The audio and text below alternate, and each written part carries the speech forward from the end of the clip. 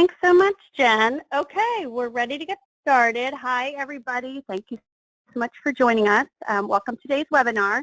This webinar today is called Understanding Millennials in the Workplace for Hiring and Retention with Erin Levy. My name is Kristen Thomas, and I'm the Director of Employer Engagement at FlexJobs. Bree Reynolds, who many of you may have heard from before, our regular webinar host, is off today. So I will be hosting along with Erin, and now it's my pleasure to introduce Erin. Erin is the CEO and founder of Raise the Bar Consulting. He spent the last 7 years in employee engagement and performance, and he's a certified coach, a contributor to Thrive Global, a member of the Forbes Coaches Council. He's consulted over 4,000 business leaders to help them define goals, create action plans, and achieve success. So what's special about Erin is he works with organizations on their employee value proposition, their management training and development coaching, and specifically he has his finger on the pulse of millennial talent, and he's deeply passionate about and experienced about the subject of millennials in the workplace. So thank you so much for being here today, Erin. Thank you for having me. I'm excited to chat today. Great. All right, and Jen, if you could move to the slide, I'll tell everyone just a little bit about FlexJobs as well. So for those of you joining us who are not maybe as familiar with FlexJobs, FlexJobs was founded in 2007, so we just had our 10th anniversary. We list pre-screened telecommuting flexible schedule, full-time, part-time, freelance jobs. Basically, the way I'd like to describe it is it's anything outside of the traditional 9 to 5 in office, brick and mortar kind of job. So we help find jobs that can help people find better work-life balance. That's what we're all about over at FlexJobs. And we've got about 60 people growing on our team that all work from home. We're a virtual company. And we're all very excited about the work that we do. And to date, we've helped over 2 million job seekers with their job search. So, and we also have over 40,000 researched and vetted companies on the site that have all offered flexible jobs currently and in the past. So if you're interested, if you're a job seeker that's interested, head over and check it out. And on the employer side of the house, my particular team helps companies emerge as leaders in work flexibility by helping them reach talent and enhance their recruitment brand. And we do that in a whole bunch of different ways. We help companies position their jobs and stories in front of a growing audience of really engaged talent. And then we also do a lot of fun things with companies to help enhance their recruitment marketing efforts, like video Q&As and virtual meet and greet webinars and email blasts and newsletter inclusions, and you name it. We work with companies on lots of different exciting and fun projects to help them champion workplace flexibility. So that's what FlexJobs is all about in a nutshell. And we can move on over to the next slide so we can get started on our discussion here today about millennials in the workplace. So real quick, just some housekeeping for the webinar for those of you attending. First, the webinar will be recorded, so if you have to jump off at any point, no worries. We are recording it. We'll follow up with a link to that recording tomorrow. We'll also have a short survey at the end of the webinar and also in the email, and I'll talk about that a little bit more at the end. And then second, the webinar will run for about 60 minutes, and usually we end with we have a discussion and it's followed by a Q&A from you guys at the end. So if you have any questions throughout the event, you can ask them anytime by typing into the questions box on your GoToWebinar control panel. So if you don't see the control panel, look around your screen for a little orange arrow and click the arrow on the control panel, and it should magically appear, and we'll try to answer as many questions as we possibly can. Okay, all right, so now let's get into our discussion. So some of the topics we're going to cover today, the problem, we'll call it a problem, but maybe it's more of an opportunity, but the problem of millennial disengagement and common millennial myths, the drivers of millennial disengagement and turnover, and then strategies, obviously, to attract and engage millennials in the workplace. So Erin, being an expert on this topic, this is one of the myths out there. Why do millennials have one foot out the door, as many people like to describe them? Yeah, it's really interesting, and I think probably the best way to describe it is thinking about the story of someone I was working with. His name is Brad, and it really highlights some of the differences in generations that we'll talk about a little bit today, some of the different values where millennials value community and contribution. But Brad was working at a young, fast-growing company. They were hiring, 30 employees a month and just continuing to grow really fast, and he was growing with them. He was making, in the middle $100,000 to $200,000 at the time as a 25-year-old, which was, for most of us, is a ridiculous amount of money to be making at the time. And they had a barista on staff, and they had every cool thing you could think of. And yet, 3 months after his last promotion, he quit his job. And he quit not because he got recruited to another job, not because he had a business idea that he wanted to pursue or he had something else planned. He quit and he sat on his couch and wanted to figure out just what he wanted to do. And that really intrigued me, and as a coach I got really curious as to what's going on here, what's behind this. And so I asked him, and Brad told me, well, one, I wasn't really connected to the purpose of the company, to what we were doing. They were a middleman for freight. They were moving freight. So there wasn't a strong purpose for him, and he wasn't connected to it. Two, he didn't feel connected to his company as a whole. And three, he didn't feel like he had the opportunity to grow and develop in the way he wanted to. He could grow and stay in his same role, but just at a higher position with more money opportunities, but he wasn't growing and developing in the way that he wanted to see himself grow in the future. I think this really highlights the 3 reasons why millennials are leaving companies and kind of have one foot out the door, is these very 3 reasons. And I've seen it in almost every single leave story. You might hear something else, but it really boils down to these 3. Is 1, they want to do work that makes an impact for a company that has a purpose or that is connected to their purpose. It doesn't need to be saving children in Africa. It can be something as powerful as we're helping to make people's lives more efficient. We're giving people the loans so they can live the lives that they want. Every company can connect to it, and it's actually, I think, something like 76% of millennials consider a company's social and environmental commitments when thinking about where they're working, and 44% have even turned down a job because of their values. So it really highlights the importance of purpose and impact in the work that they're doing. And it's a common thread you'll see with the millennial population. Another one is, I call it connectedness to their coworkers and companies. A lot of leaders sometimes say it's recognition or feedback or instant gratification that millennials are seeking and yearning. But what it really is it's core to all of us, is millennials want to be heard.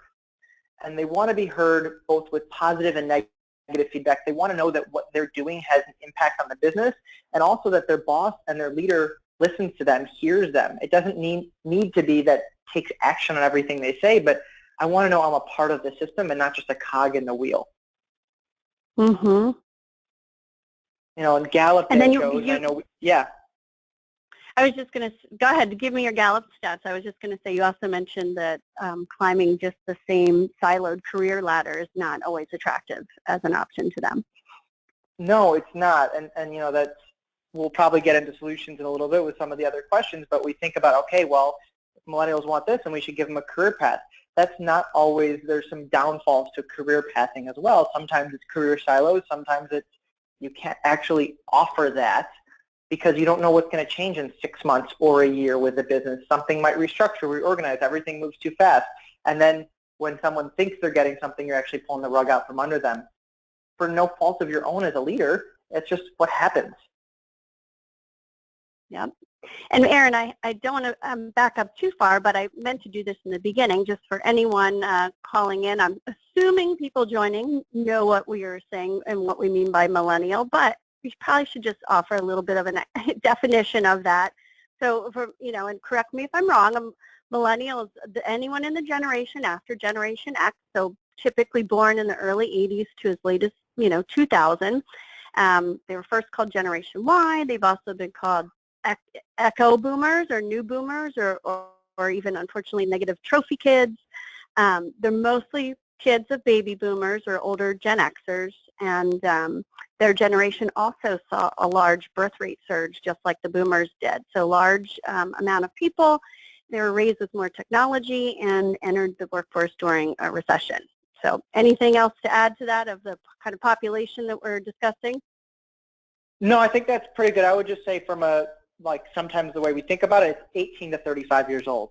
Our millennials. Great. Gen Xers are about 35 to 55, and boomers are 55 and up. And those are general, like as of today, and it's not a perfect line, and we're talking in generalities, but just to kind of give you age ranges when you're thinking of your employees. Perfect. So let's get into understanding them a little bit more. So then Jen, you can go to the next slide. What's the biggest disconnect or gap you see between employers and, the millennial talent, and they really want those three things that you talked about? What don't employers get? Well, I think, and I was thinking back to a conversation I had with a CEO the other day where he said, we have a great company and they can make as much as they want with us. The financial incentive is unlimited. And there's this belief that millennials really care about money. That's a primary motivator, or the benefits. You look at all the companies that have these wonderful benefits packages and spend a lot of time and energy thinking about what are they going to do, what perks are they going to offer, what different things are they going to do.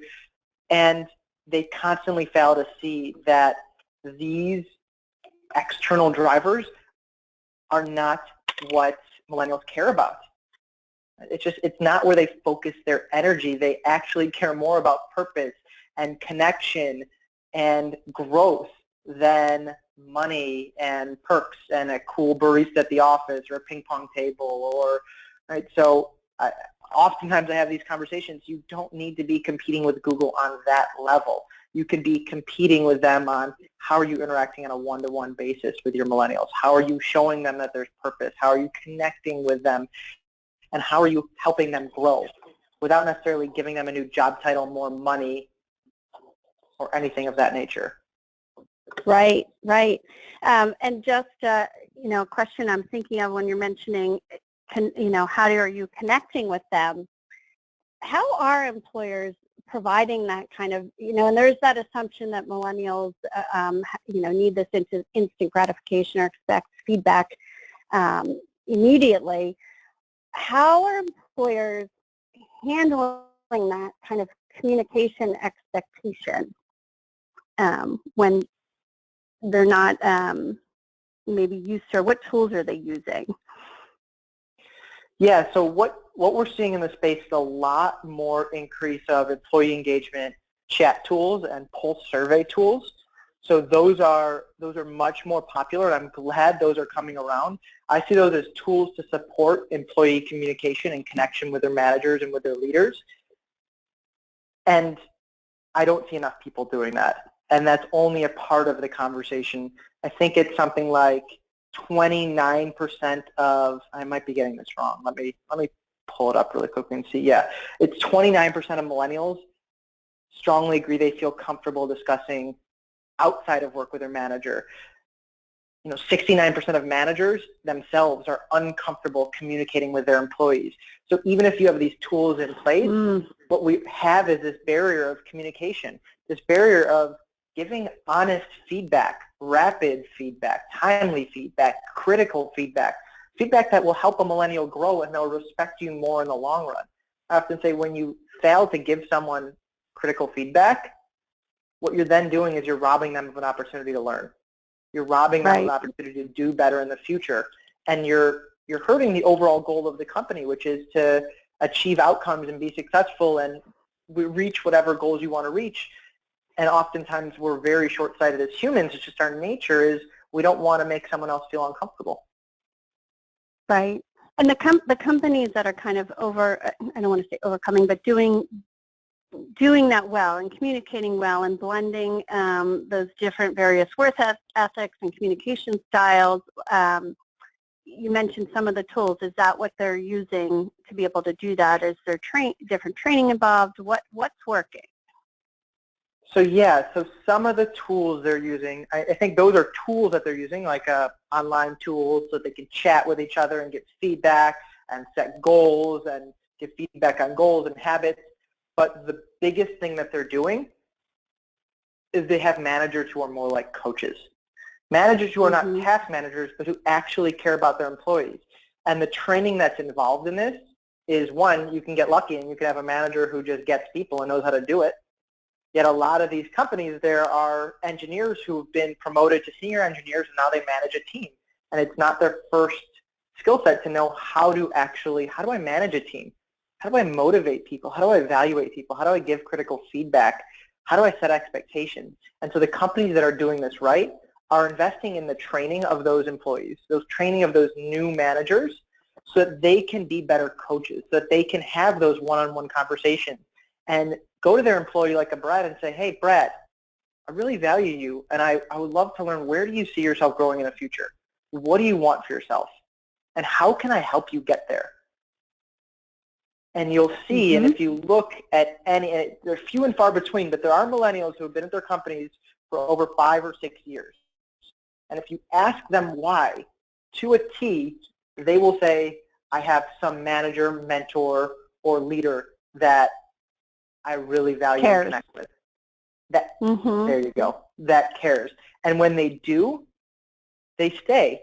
A friend Dalton I was talking to, he said, you know, I love my side gig and I love all this other stuff that I can do, but I don't want to leave my company because I really feel like I've grown here. I feel like my boss cares about me and they hear me.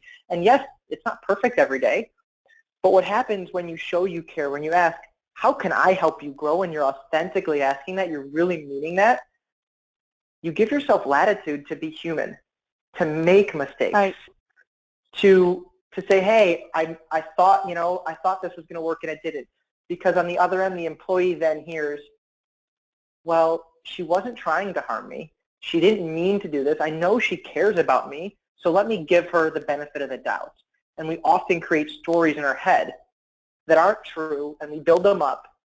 But it's easier to create a different story when we're better connected with our employees. Right. And I mean, and that obviously sounds like that would work with any generation or any employee, but what's different about millennials? Why does this matter so much for this generation of workers? Well, you know, there's a couple of factors that I often talk about, and one is there's just general generational differences, right?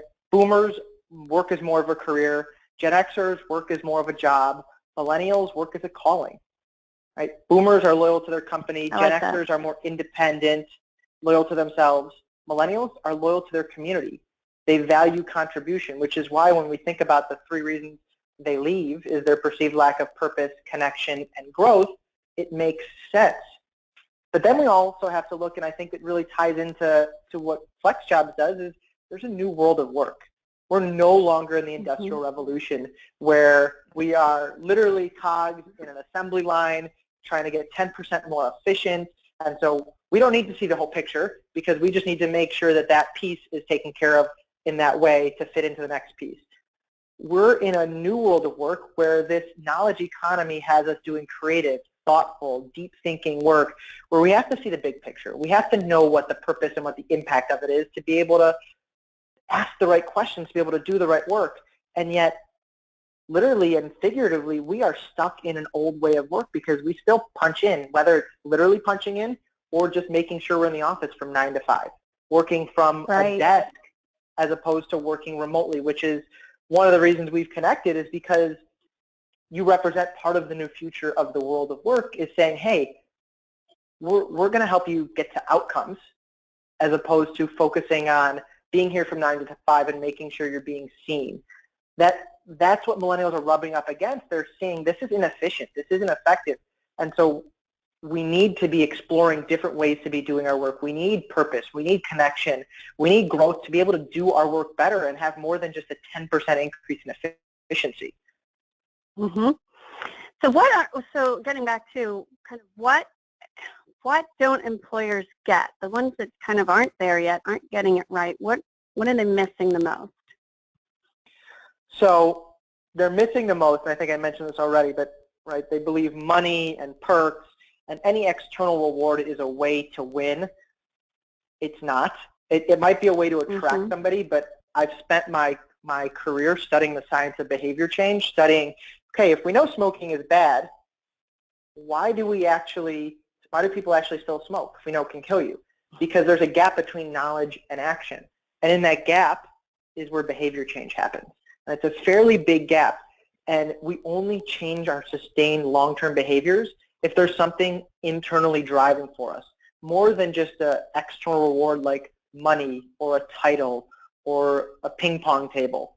It has to be more connected to who we are, and that is where companies win, when they connect to purpose, when they foster a learning culture. And I can talk about the learning culture more, but it's how do you give rapid feedback? How do you help somebody else grow? How do you give critical feedback? How do you make that a part of what you do every day? How do you challenge each other to take on bigger problems? And some of that sometimes means trusting your millennials who say, I want to do more, I want to grow, I want to develop. Right? What that really means is, I want a bigger challenge. So give them a bigger challenge. And then the other thing, I think I said it, is having coaches as managers. Yep. And I think, Jen, you can switch slides. I think that leads actually very much so into, the next question is what companies or what examples do you have? Who's doing it well and how? So we mentioned, managers as coaches, trusting, the millennials, giving them more of a calling, connecting them to the purpose. What else? What's kind of the secret sauce out there, right? Who's doing it well? What are they doing differently? Yeah, and what you'll notice, I'm trying to make it fairly simple for us to think about in terms of there's a few things. Show you care and have your words match your actions. Right? That's how I think about when I look at companies that are doing it well, is their words match their actions. If they say, every company in their mission statement, we're a people-first company, we're all about our people, but then what are they actually doing about it? Are they having one-on-one interactions with their employees? Are they helping them grow? Are they investing in their local community? So from the biggest example I can give is Patagonia, right? If you look at their website, if you look at anything they talk about, I'll read a couple of things that just from popping on their website. They say, if you care about having a company where employees treat work as play and regard themselves as ultimate customers for the products they produce, then you have to be careful who you hire. You have to treat them right, train them to treat other people right. Otherwise, you may come to work one day and find it isn't a place you want to be anymore. And those are beautiful words, but they're just words. And then we look at, what does Patagonia do? What do they stand for? Who are they? Besides for just the book that Yvonne Chouinard wrote and podcast he's on, right? They actually, if you go to their website, they have opportunities to take a stand on environmental issues. You can actually go and be active and activate yourself. They have what's one of my favorite things is a worn and wear movement where they teach people how to take care of their clothes. This is the customers. This is kind of showing how they have an impact and purpose, how they truly care about their impact in the world.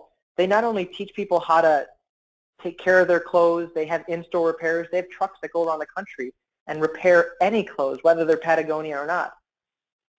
And that type of connection to purpose, that's just one of the things that I highlighted, really ripples down into the company, into the type of people that work at the company. I was coaching an employee of them, and he was young millennial, and he was just super jazzed about working there and just, I said, well, where else would you want to work? He's like, I can't really think of anywhere else. I have a great relationship with my bosses. I love what we do, and I love going to work every day. I just get to talk about things that I'm really passionate about. And so they have that one-on-one connection. They have the autonomy in their work, and they have a connection to the purpose. That's a really great example. I think of it as it's a company with integrity. When you say their words match their actions, you're looking for a company that has true integrity.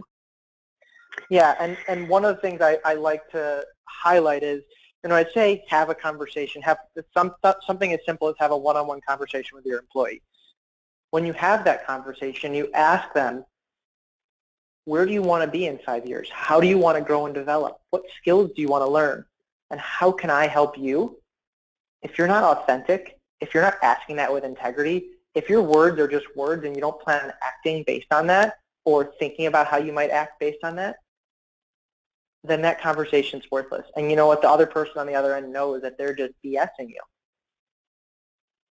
And so it's really important to have integrity, to listen empathically instead of sympathetically to somebody else when they're talking. And not just wait for the annual review, right? Oh, so God. Yeah, yeah. That's a whole other topic. But, Patagonia is a great example. What makes their employee value proposition stand out? Or if you have another example, what makes companies' value propositions stand out? I'm sure we've touched on some of these. Yeah, well, I think obviously the value proposition of Patagonia is we care about the environment, we want to give back, and then their actions match it. I think another one that rings close to home is a company called Hierology, which is based here in Chicago, but they have, I think, 25% of their staff is remote, and they do a really wonderful job. They're named, the Crane's best places to work, year after year. And hearing their founder speak, reading different blogs about them, I've worked with them, as well, and hearing them talk about it, and part of my language where this is just one of their policies. They have a no assholes policy. That's their words. So that's their value proposition. Their value proposition to the employee is, we're not going to allow you to work with other assholes because that's not fair to you. And we're going to make sure you hold yourself accountable to the results. They're your results that you own. So they're handing you autonomy, and they're telling you, we really care about the environment in which you work. And yes, those are the words. But the actions are, they fire against those. And the key here is, if you're not willing to fire against a core value, then your core values don't mean anything, because your employees see right through it. If you are willing to fire to them, that is your value proposition that you're giving. They're not just beautiful words that a marketing team or you guys put together one day. They're actually your value proposition to the employees. They're what they care about. I can come here and have a great time working, and I own my work, and I'm connected to my employees. These are all important things, but it doesn't matter until you actually show that you care for it. Yeah, and I can think too, and maybe you'll agree, of some larger, very complex companies too that stand out in my mind would be maybe Dell and PwC as having strong employee value propositions. Of course, and it's really, you're not going to have an employee value proposition for everybody. It's not going to work for everybody. What I tell companies when I go to work on this with them is, just like you're selling and you're pitching to your clients, we're in a very, very, very competitive employee marketplace. And you need to be thinking about, why should an employee care to work here? Why should they care to give their best and give their extra discretionary time and energy to this? Because it's not just show up and do X. It's actually, you're going to need extra discretionary time. And that's what I kind of refer to as fully engaged employees, that they're giving their extra discretionary thoughts to their work at hand. Why would somebody want to come and do that? And you need to have a powerful answer to those questions. Otherwise, whatever your value proposition, it means nothing. You need to have that to create it. And if you do, and it's honest and true to yourself, then your value proposition is going to be powerful.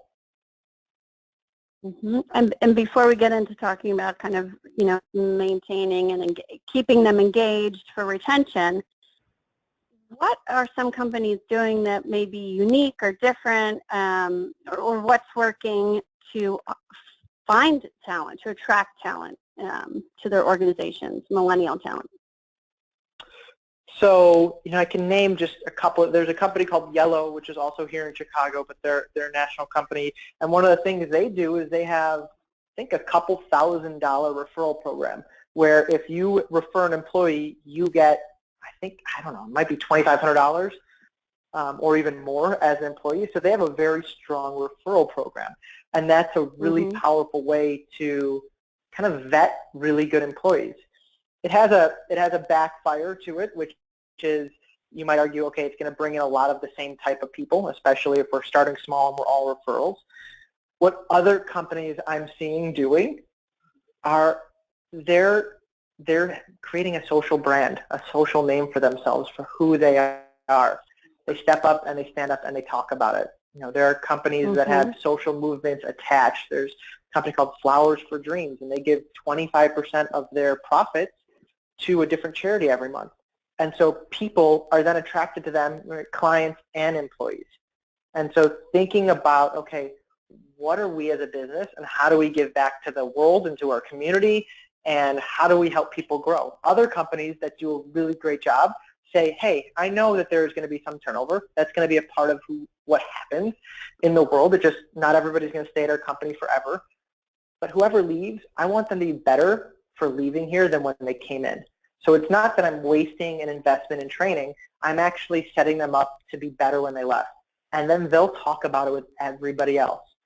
And not only that, I'm going to help them leave when they say they want a new role or they're ready to move on and we can't find them something here, because those people are your best advocates. They're your best ambassadors. Some consulting companies do this really, really well, and they will bring you in talent. They will likely come back once they realize the grass isn't greener on the other side. And if they start their own companies or they go at other companies, they'll bring you back business. So it works, you know, tremendously well to attract talent that way, is making sure you take care of your people, because there's no better way than having the true buzz. So when people go in, they know what it is and they know the feel, because everybody there is happy to be working there. So, and Jen, you can go on to the next slide. So we've done everything we can do to attract the best talent, and we've got them in the door. We know they've got one foot out the door. How can we further keep them, engaged? So we talked about managers as coaches and a few things, but what else can companies be doing to keep their millennials engaged? I think about one of the first companies I was at, where I was running an operations and education team. And we were a small company, but this can connect to departments or companies as a whole, if you just break down the idea of it, which is we believe that withholding information, our financial information about our company, was the best way to move forward. We believe that it would have been a distraction for our employees. We didn't want them having to worry about their jobs on a daily basis. And we're a startup, yes, but we didn't want them having to be concerned about it and worried about it. We want them to do great work and to continue doing the great work they were doing. And so that was a part of who we were, is we held that information. And then one day we had to let go 15% of our staff. And I've told this story a number of times, and every time I get to this point, it's an awful feeling in the middle of my chest, where we then had to let our people know why. We couldn't just say, hey, we let 15% go, and that's it. We had to actually do something different. We had to be vulnerable. And our COO at the time, Mark, he said, hey guys, we need to be open and honest and transparent. And that's what we did. We sat the team down and we discussed where we were at, everything that was going on. We laid out the whole situation, and we also laid out a path for how we're going to be successful and for what we're going to do next. And what ended up happening was people we thought would start running away actually chimed, I'm in. I'm all in. And over the subsequent weeks and months, the types of conversations I would have is, instead of complaining or asking questions about why this doesn't work, they would say, how can I help? What else can I do? How can I give that, as I said, that extra discretionary effort and energy? They were helping each other in different projects. And what's really important to notice about this is that what we did is we were vulnerable. We were fallible. We let go of the company being just ours, and we allowed it to be theirs. I think that's the biggest lesson, is when we hold certain information tight, and whether it's financial or something else, and we believe that that's the best way to do it, one, we're holding ourselves back. We're putting a weight on our shoulders that's unnecessary. And two, we're creating a division that's not needed. Because when you open up and you're actually able to share more authentically with your employees, they feel like a part of the company. They see who you are, and they realize that you're a person too, and you're trying to do your best, and they're a person too, and they give so much more in that way. And how about with, we talked a little bit about communication, but how can organizations better speak their language, basically. So being vulnerable is one. What else can organizations do with their communications? So I think another one is give live feedback. I think I mentioned this earlier. We talked about annual performance reviews. Man, I'm going to say it, Yeah. They don't work. They're not, like, if you're on the line and that's your only way of giving tangible feedback, there's other ways to do it. And you have to kind of create that learning culture. Because if you think about football, do you follow football at all? Maybe, maybe not? I'm an Eagles fan. Okay, you're an Eagles fan. So I'll use football as an example, as a generality, right? We think about Tom Brady and the Patriots. He's the quarterback of the Patriots. And in a given play, when something happens and there's 2 minutes left in the game, does he wait 6 months to give somebody else feedback on what happened? Not at all. What ends up happening is he, in the moment, he is looking at, they're huddling and they're talking about what they're going to do. Then he's giving people feedback even seconds before the play because he's looking at the other team and what they're doing. He's looking at his players and where they are. He's pointing, yelling. He's getting feedback from his. So he's not only giving feedback live, he's receiving feedback live. And all of it with the purpose of being able to achieve the outcome, of being able to win the game or advance the ball. And the feedback is happening live and rapid, and it's not spending 5 minutes to sit down and think about how you want to craft that email. It's actually happening in the moment, and it's actionable. And so one of the things I like to tell companies and help them build into their processes is processes around how do you give live feedback often and frequently. And a couple of tips for making sure you do this. One is make sure it's actionable and make sure it's action-based, not personality-based. So you're lazy, and so it shows up in your reports. No, the reports were missing these 3 elements. Right? That's more factual, action-based, so I can think about what to do instead of biasing it based on how you think I am as a person. The other thing to make sure to do is to make sure to give it within as soon as you can. I often say that day or right after. If it's 2 or 3 days later, that's the max I give to give the feedback. And I say, whatever you do, don't do it via email unless it's really quick and easy and you've established a means of communication like that with somebody already. Give it in person. Give it over the phone, FaceTime, Skype, whatever it is. Give that feedback because, as I said, we create stories. And those stories aren't often true, and we're interpreting things that aren't really there.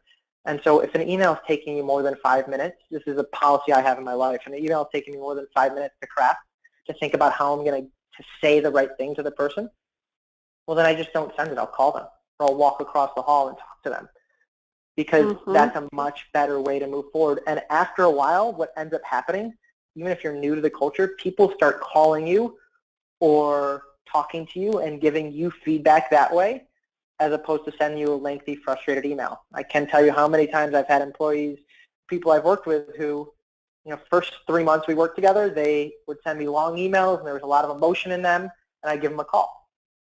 And then the opposite started happening to me, where they say, hey, do you have a minute? This I don't really get. It seemed frustrating to me. Can you explain it to me? And quickly, within a matter of seconds, I could say, that is not the intention of this whatsoever. Actually, this is what I want to do. Thank you for the feedback. How can I adjust? Yeah. Even I just have a personal rule for myself with either just even an ongoing discussion or feedback, that if it's going to require more than 3, or 4 emails back and forth, then it's really worth a phone call or Skype or FaceTime or something else, because a lot can be lost in translation and email. But so do you find that that's difficult for some other generations, because that's not typically how they were coached in the beginning through their careers? We've all been subject to the just having feedback at your annual review. Yeah, I do think it's difficult. I do think it's difficult, and I'm going to shy away from going too general with this. This is a very specific way of being. Probably too much, it depends on how you were raised, depends on your company structure and how you learned from your first boss and how you became a boss yourself. And And again, the structures and the systems in place from performance reviews, because you can have performance reviews once a year but still give live feedback all the time. And so I would say it's something that doesn't happen often enough. Most people aren't trained to do it as well. And what ends up happening is millennials want it more than other generations. They want that feedback. They want to know that they're heard. They want to know that there's connection. And they want to grow, and that is a way for them to grow. They know I can learn better from my mistakes than my successes. I can learn better when someone shows me a blind spot I have. Great. And we're getting close to the end here. We're going to open it up soon for question and answers. But any other, what are any kind of best tips that you could share for keeping millennials engaged?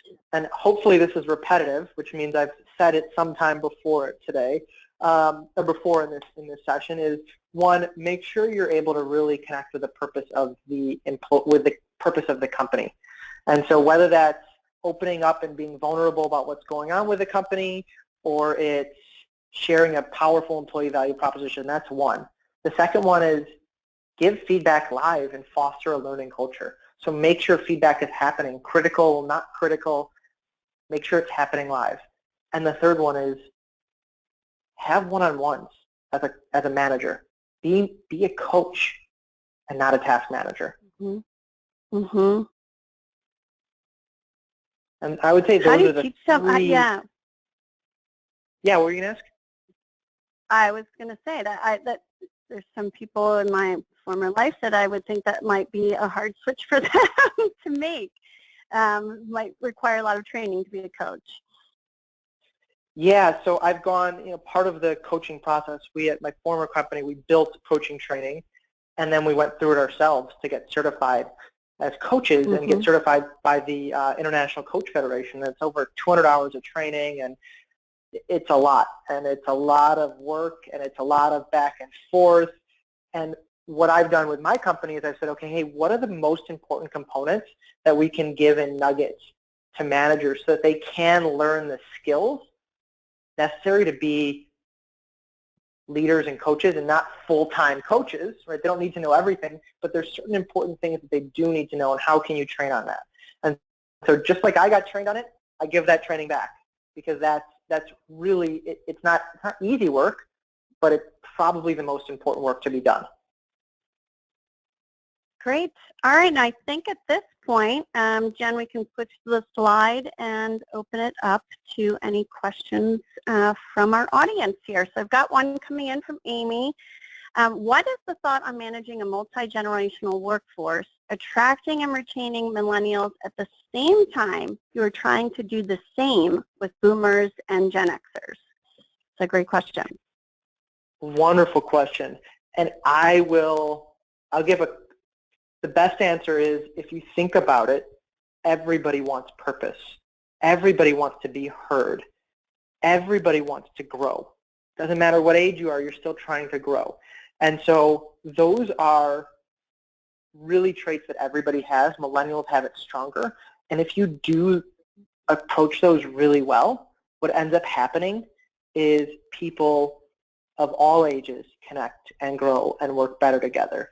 The secret this isn't just for millennials, although it's often seen as for millennials. It's if you can have one-on-one conversations, if you can give rapid feedback, if you can show that the work that they're doing is connected to a larger purpose, that's gonna take care of everybody. That's true. Yeah, absolutely, for sure. Another question that's come in, and it's very similar. It's across different multi-generational of blending those methods of research, communication styles, especially if you have a smaller team working on a project that represents multiple generations. How do you effectively get them working together in the same way? Yeah, it's tough. And so I gave a little bit of a hint to the different generations, and I'm happy to, afterwards, if I don't answer this question sufficiently, help you out in any way in terms of thinking about it. One of the things I like to do is have conversations with the group and be open about what is each generation like. what are their values, what are their needs, where do they go to when they're stressed? Because then you're able to understand someone else's perspective, and everybody's able to understand, oh, well, this person, our millennial, is more values contribution, whereas as a Gen Xer, I value, getting it done and being productive and increasing our efficiency. And so knowing that about each other helps you see how to work with each other in different situations in different ways. So I often do workshops on, okay, how do we understand each other's perspectives? And then so we can better go after the common goal and common purpose. Because at the end of the day, it doesn't matter that you're different, because what you're really trying to go after is achieving X goal and making sure that that commitment is what you're believing in the strongest and working toward the strongest, as opposed to anything else. And I hope that gave somewhat of an answer. Again, as I said, I'm happy to kind of share more detail offline. Mm-hmm. And then another question came in, and again, it's around more of recruiting and a candidate attraction, but, and I know you gave the example of Yellow already in their strong employee referral program, but any other examples of creative programs that other organizations might have put in place to attract millennials that other companies might be able to check out? Yeah, let me try and think. I feel like I'm, for some reason, drawing a blank here. I think one of the things is making sure that you have, and I know it sounds weird, but it's having good throughput in your process. I mentioned this the other day with somebody else, is making sure your process, your sales, your talent attraction, your talent recruitment process, that once people apply, that they're taken care of along the way, because that message then gets heard too across the system, and then people don't apply because they say they'll never get back to it. They don't tell you why they didn't do it, or it was a really terrible process. So making sure that your process is really smooth and streamlined, and then making sure you have a good strategy. There's a company called Talent Savvy out there that does a really good job of, they simply help build a strategy for what are the right ways for your company to approach the market. Mm-hmm.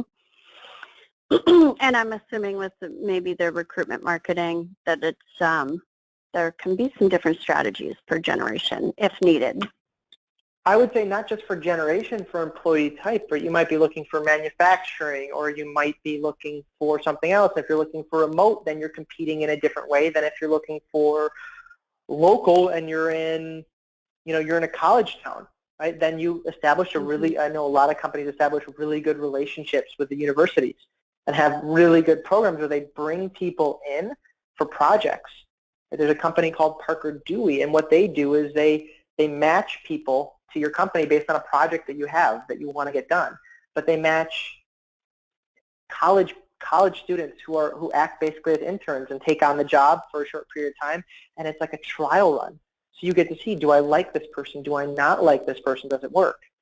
Jellyvision's another great company where they have in their interview process, they have I don't want to call it a test, but it's kind of like they give someone an assignment to do, and they get to see how they work and how they do it, and the other person gets to see what it's like to kind of do work here, and you get an opportunity to see both sides. As an employee, that's great, and as an employer, it's great as well, because it's not just about funneling in as many people as you can, because if you funnel them in and you don't have a good retention strategy, or they're not connected and you're lying to them, it's essentially about what's going to happen in the work environment, then it's like pouring water in a mesh bag. It just all drops out. And what about things like, I'll bring up one recent example that was in the press. A large financial institution placed the statue of the little girl on Wall Street facing the bull. Do you think something like that, and putting that out there as something that mattered to the company, spoke to millennials? I hadn't heard about that. Can you tell me a little bit more?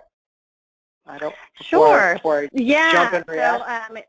So it was an image that flew around all over social media, but it was a statue. It was temporary there. I'm not sure if it's there right now, but it was State Street put the statue of the girl facing the big giant bull on Wall Street, and she's kind of got her hands on her hips. Yeah, so yeah, you know, and there's been discussion about that, but you know, with things like that, when companies take a stand or make a statement on different issues, does that speak to millennials more? Do you think, as having a, you know, 100%? And I think that's a great point. I think we made it a little bit earlier with what Patagonia does and how they kind of brand it as well. It's your employment branding. It's your message of who you are as a company, but it's also speaking to who you know, what type of employees are there. And whenever you see that opportunity, I mean, there are companies that do this really, really well with ads, right? They run a Super Bowl ad or they run something really quick in reaction to something else, and it shows their personality. It shows who they are. It shows what they care about. And hopefully it does. Hopefully it's not just a brilliant strategy by the marketing campaign or their PR company, but also those are their words essentially, and then what are their actions on the inside? What are they really doing as a company? But the words on the outside will bring people to them. And I can tell you, anytime I hear a podcast where I hear about a socially responsible company, I personally say, I only want to shop there. Right? After hearing a Patagonia podcast, I was like, okay, I just want Patagonia now. And that is my desire and my push to really connect with socially responsible companies. I mean, I shop at Whole Foods, and we don't shop it there for all of our groceries, but my wife and I shop there for our shampoos, for our soaps, and we pay a premium, and we know we're doing that, and we pay it because we're comfortable that it's not going to be tested on animals. We're comfortable that they're taking the right choice and making the right actions, that I don't need to feel a conflict of interest. And that's a company that has me as an employee brand, you know, as a client brand, but also they're saying that to their employees too. Right. Exactly. Yep. All right. And I think we're just about out of time here, Erin. I don't think I've got any more questions here. So anything else you would like to add before we end our discussion today? No, I just wanted to say thank you for having me on and for the discussion. I had fun. Hopefully you guys got some clear tips, and feel free to reach out to me if you have any other questions. Great. Okay. Yeah. And thank you so much for joining us. It was a great discussion and really a lot of helpful information. I took a lot of notes myself as well. So thank you again. And for the audience, in closing, we're going to close the webinar now, and you'll see a pop-up screen with the survey. So if you wouldn't mind, it'd be really, really helpful. We always love your feedback. So be on the lookout for that. And then also look out for our follow-up email tomorrow. And that will also have a link to this recording. So anyone who registered who wasn't able to maybe attend will still be able to view the webinar tomorrow. So I hope that helps everybody, and a big thank you again to Erin for joining us and providing such valuable information. And you can definitely continue the conversation with him and reach out to him directly. And thank you for coming to this webinar, and have a great day. Cheers. Thanks so much.